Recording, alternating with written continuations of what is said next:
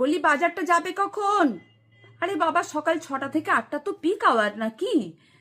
উফ, আজকাল তো আর বাজার বাজার নয়, কুম্ভ মেলা।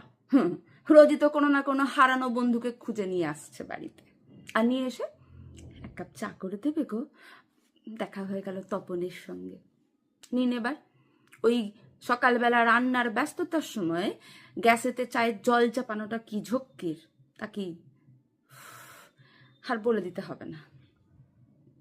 হ্যাঁ শোনো, ইলিশ নিও।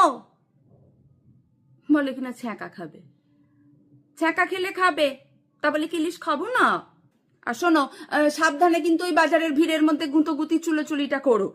ওই তো হাড়ে কটা মাস লেগে আছে, আর তাকে গোনাগুন্তি কটা মাত্র চুল, সব কটা ওই গোতাগুতিতে উঠিয়ে দিয়ে এসো না। পুরো টাকলা বর আমার ভাল লাগে না, আর ওই রোগা পটকা বড় আমার ভাল লাগে না।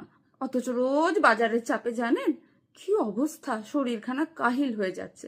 আবার এদিকে সকালে না বেরোলে তো ভালো টাটকা জিনিসটা পাওয়া যাবে না, জ্বালা। ও, এসেছো? এ কি, তোমার ওই চশমার ডাঁটিতে কি হলো? কে আবার ওই চশমাতে জ্যামিতি কষে দিল গো?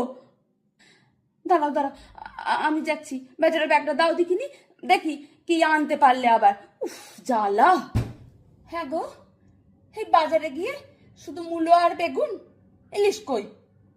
তাই ইলিশে যদি ছেঁকা তোপসে তো নিতে পারতে, কেমন সুন্দর তোপসে ফ্রাই খাওয়া যেত।